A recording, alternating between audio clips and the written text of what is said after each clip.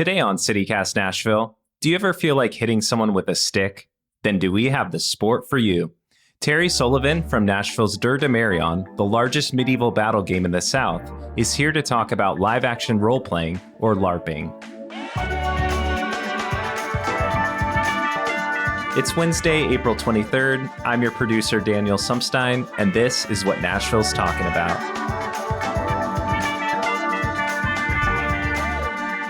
For folks who've never heard of Dur de Marion or LARPing in general, can you kind of describe what goes down at your events?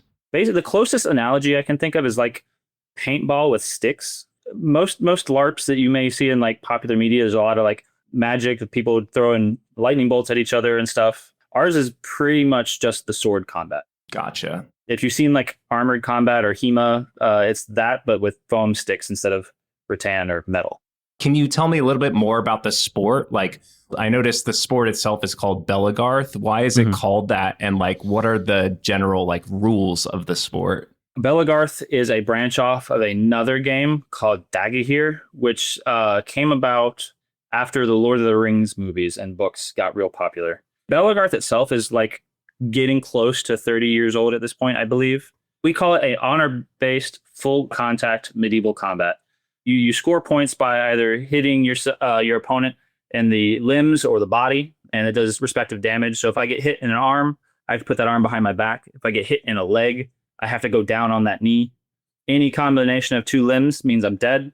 And any single shot to the torso, which is back, chest, butt, groin, is all one-shot kill. There's no like way to really tell except for your opponent using their own honor to take their hits. Yeah, that's right. It seems like it's like the honor system. There's no like refereeing involved. It's all... We do have referees. And like for our normal field practices, we might use them. But if it's like 5-6 people just fighting each other, we all just, if you hit me, I take it. I hit you, you take it. But we do have referees. We call them marshals in Belegarth. And Dagahir, they'd be called heralds. Like I said, there's a few other games that are very similar to ours. We all have similar rules. We designate them by they wear these yellow tabards or capes or hoods and makes them stand out. Anything they say goes. If they say you got hit, you got hit. Doesn't matter if you did or not. So they're kind of like the masters of the sport. Yeah. What drew you personally into the world of Belegarth, and what's kept you coming back over the years? I think I just hit my 8-year anniversary at a anime convention here in Nashville called MTAC. Dur de Marion actually came and did a demo at the convention. And as soon as I stumbled across it, I spent the rest of the convention at their booth fighting other newcomers and veterans that were helping out. And the next year, I helped Dur de Marion put it on at the same convention. It was my jam. Running around with sticks, get to be an awesome sword hero. Like, who doesn't want to do that? And really, like, every group's going to have their bad people, the people that you don't get along with. But the people in Belegarth and Dagahir and all that, they are some of the coolest, most genuine people from all walks of life. All of them have cool, interesting stories to tell you, and every single one of them is here to help include newcomers to the sport. So it was just very easy to jump right in and have all the support I needed to learn all the things about the game. Yeah, it seems like such an inclusive community. Like everyone's there to support each other. I recently started doing jiu-jitsu, and I feel like there's maybe some like parallels there.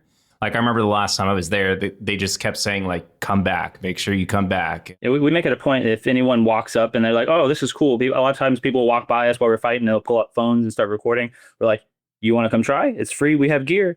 Come do it. Like, we're encouraging anyone that passes by to come and fight with us. That's great. So for the actual events, how does it work? Does everyone play a character, and is it a requirement to show up as a character? The characterization is not really important. As far as the game works, it doesn't matter if you call yourself Haldar Door Smasher and dress up like a barbarian. The rules don't change any. However, it is a huge aspect. Like, my real name's Terry, but on the field, I'm known as Cornix. I'm an undead skeleton Tengu bird person. I sometimes I paint up, sometimes I wear a bunch of feathers, I'm wearing bells and shiny things, but it doesn't mean anything to the game. But I like to play that character. And there's people that paint themselves completely green, call themselves goblins. The characterization, the fantasy is there. People come up with complicated backstories and lore for their character and their group of friends. But in all honesty, we have like different kind of like cliques. So you have your people who are all about the lore and dressing up fancy clothes. Then you have guys that we call stick jocks. They'll wear gym clothes and put a tabard on over top of it, so they could say they're wearing garb, and they wear their sunglasses while they're throwing sticks at it. And when they're done, they take off their garb and they go home. Whereas some of us will stay in our fancy clothes and we'll go out to eat afterwards at a restaurant looking wild. Sorry, what was it? The stick? We call them stick jocks.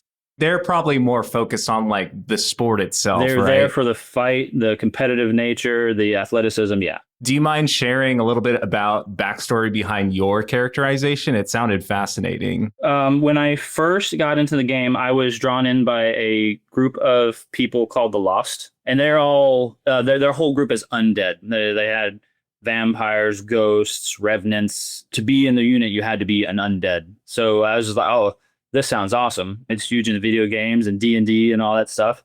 Right up my alley. And I've always been a skinny guy my whole life, so like, I'll be a skeleton. So it started there, and then just over the years build onto it.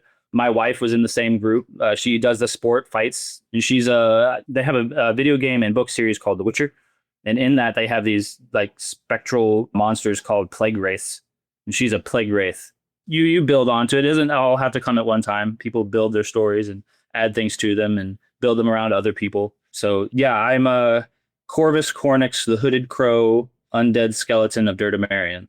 Is Dur Damarian, is that the name of like the group itself? Sorry if that's a stupid question. No. It can be complex. So we have a whole bunch of different like ways to group ourselves. So we are the sport of Belegarth. Our realm is Dur Damarian. So your realm would be your field. You're the group of people that get together in the same spot. So we have another group that's in the area called the Ashlands. And they actually have a couple of different parks they meet at, but they all group together and call themselves the Ashlands. We are all over the country. So they have Numenor, High Spires. Oh, there's like 6 in Florida. Like, it's just your group. And then inside our realm, you could have multiple units, which are more like teams. The closest thing I can think of is like your team. Where you fight together, you practice together, you usually spend time outside of the field together. And those can not only be in your realm, like the Lost I was talking about earlier, they have members in New Jersey and Atlanta. The majority of them are here in Nashville, but they're all over the place. And then outside of that, you could have houses, which are less about the fighting aspect of the game and more about doing other things like, well, there's the Sandshaw's Guild and the Chroniclers Guild. So they have people that all they do is record our history, take pictures and video that tell about our sport and keep track of all the cool things that are going on. They have the Artificers Guild, which are people that are making our weapons and our clothes and all of the cool stuff that we use. So it's not just about the fighting. This game has exploded into a whole bunch of other things. You've probably had some battles in your day. Are there any like wild or most memorable battles that you've been a part of? We have trials for one thing or another. A lot of times to get into a unit, you go through a whole process, and it usually accumulates in a trial to either join or to rank up.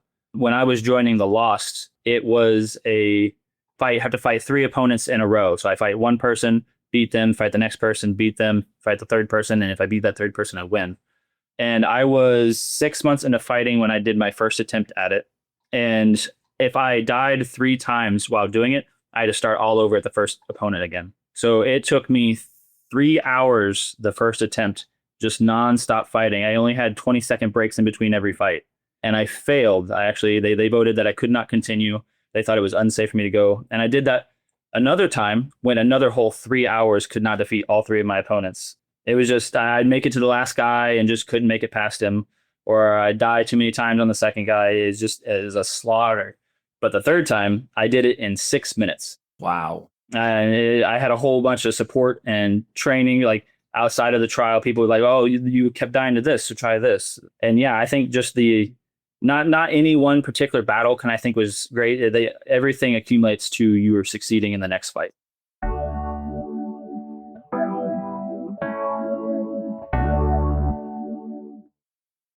This Mother's Day, if you're fortunate enough to have a great mom in your life, do not forget to call her like I did last year. To make it up to my mom this year, I am showing up with an Aura digital frame fully loaded with adorable photos of, well, me. I picked out the most ridiculous photos I could find, like baby me eating a houseplant or that awkward senior pic where I'm hugging a fence for some reason. After we have a good laugh, I'll show my mom how easy it is to swap out the pictures so she can add in shots of her grandkids too. Aura Frames was named the best digital photo frame by Wirecutter and featured in 495 gift guides last year. I know my mom will love it, and no matter who you give it to, they will too. Aura has a great deal for Mother's Day. For a limited time, listeners can save on the perfect gift by visiting auraframes.com to get $35 off plus free shipping on their best-selling Carver Mat frame. That's auraframes.com. Promo code CityCast. Support the show by mentioning us at checkout. Terms and conditions apply. What sort of promises have you made to yourself this year? Getting in better shape, eating healthier, saving more money, traveling somewhere new? What about discovering a new culture by learning a new language? With Babbel, you can do that in just a few weeks. I'm David Plotz, the CEO of CityCast, and I've been learning Spanish with Babbel.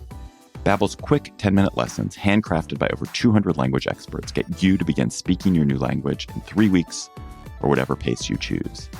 And because conversing is the key to really understanding each other in new languages, Babbel is designed using practical, real-world conversations. The Spanish I learned on Babbel really helped me on a recent trip to Mexico City, ordering in restaurants, shopping at the textile market, cheering on at the Lucha Libre, and I've been keeping it up since I got home. You're a podcast listener. I know that because you're listening here. I bet you'll love Babbel's new podcasts.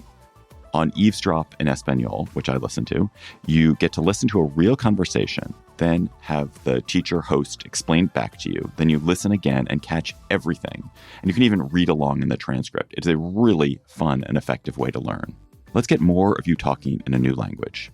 Babbel is gifting CityCast listeners 60% off subscriptions at babbel.com/CityCast. Get up to 60% off at babbel.com/CityCast. Spelled BABBEL.com/CityCast. Babbel.com/CityCast. Rules and restrictions may apply.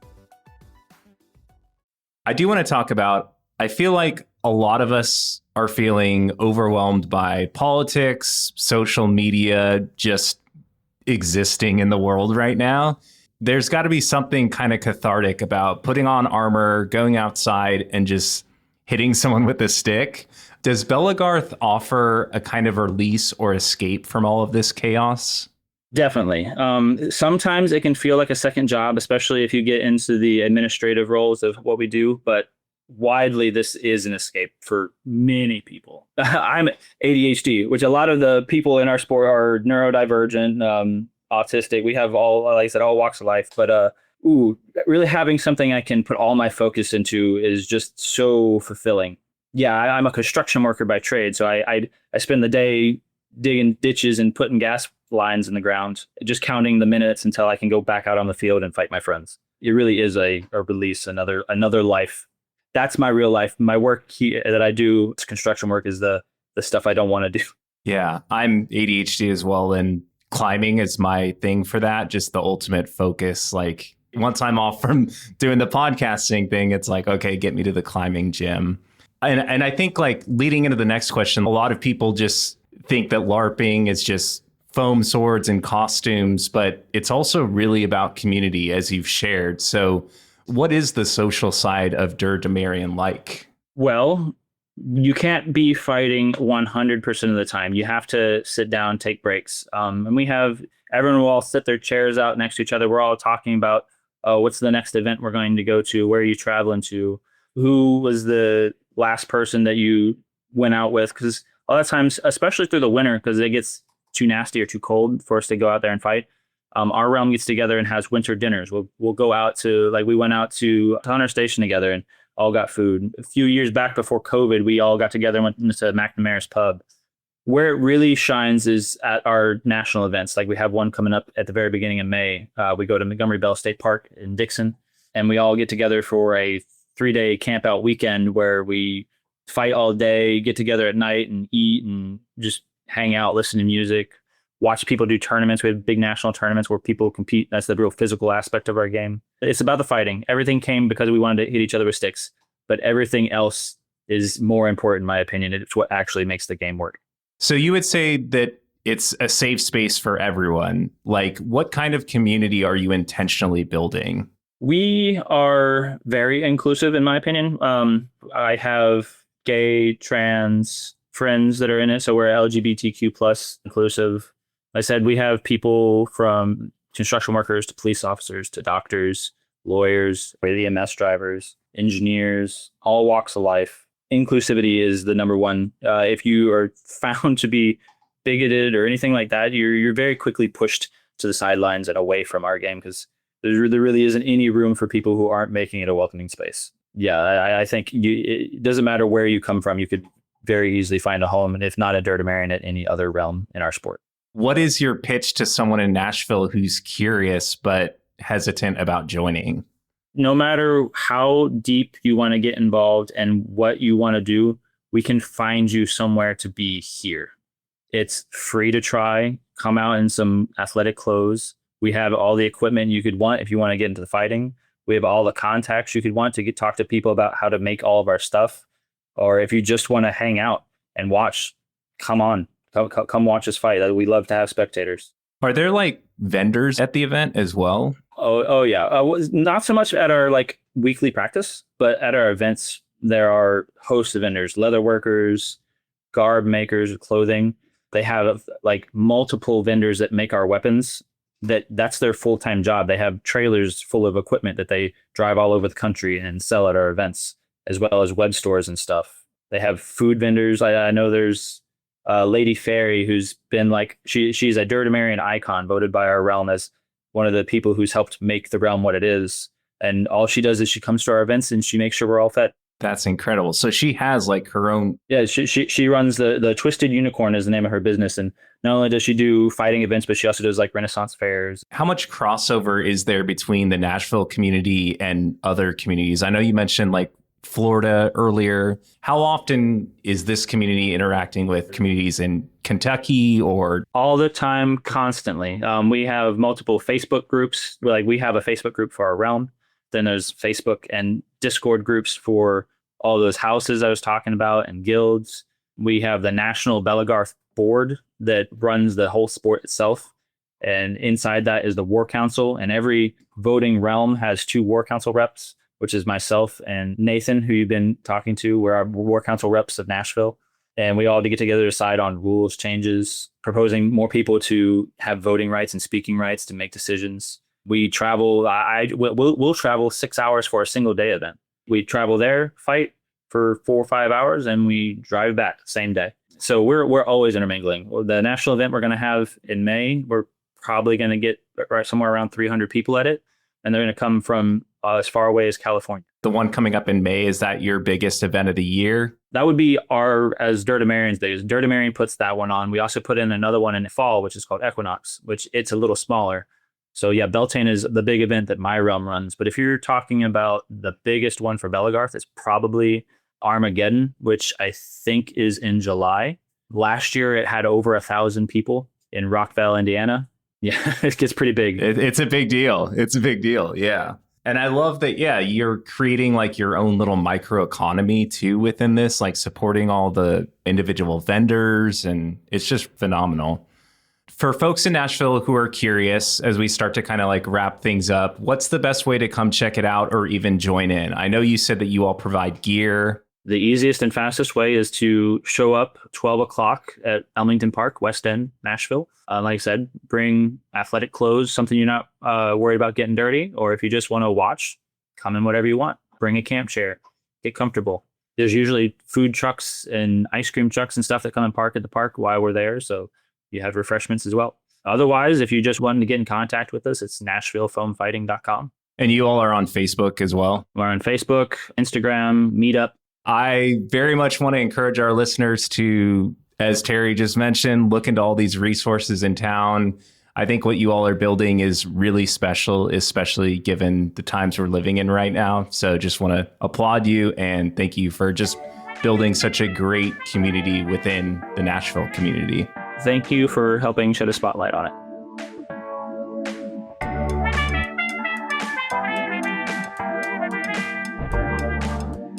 That's all for today here on CityCast Nashville. If you enjoyed the show, why not tell your friends, rate the show, leave us a review, and subscribe to our Hey Nashville newsletter.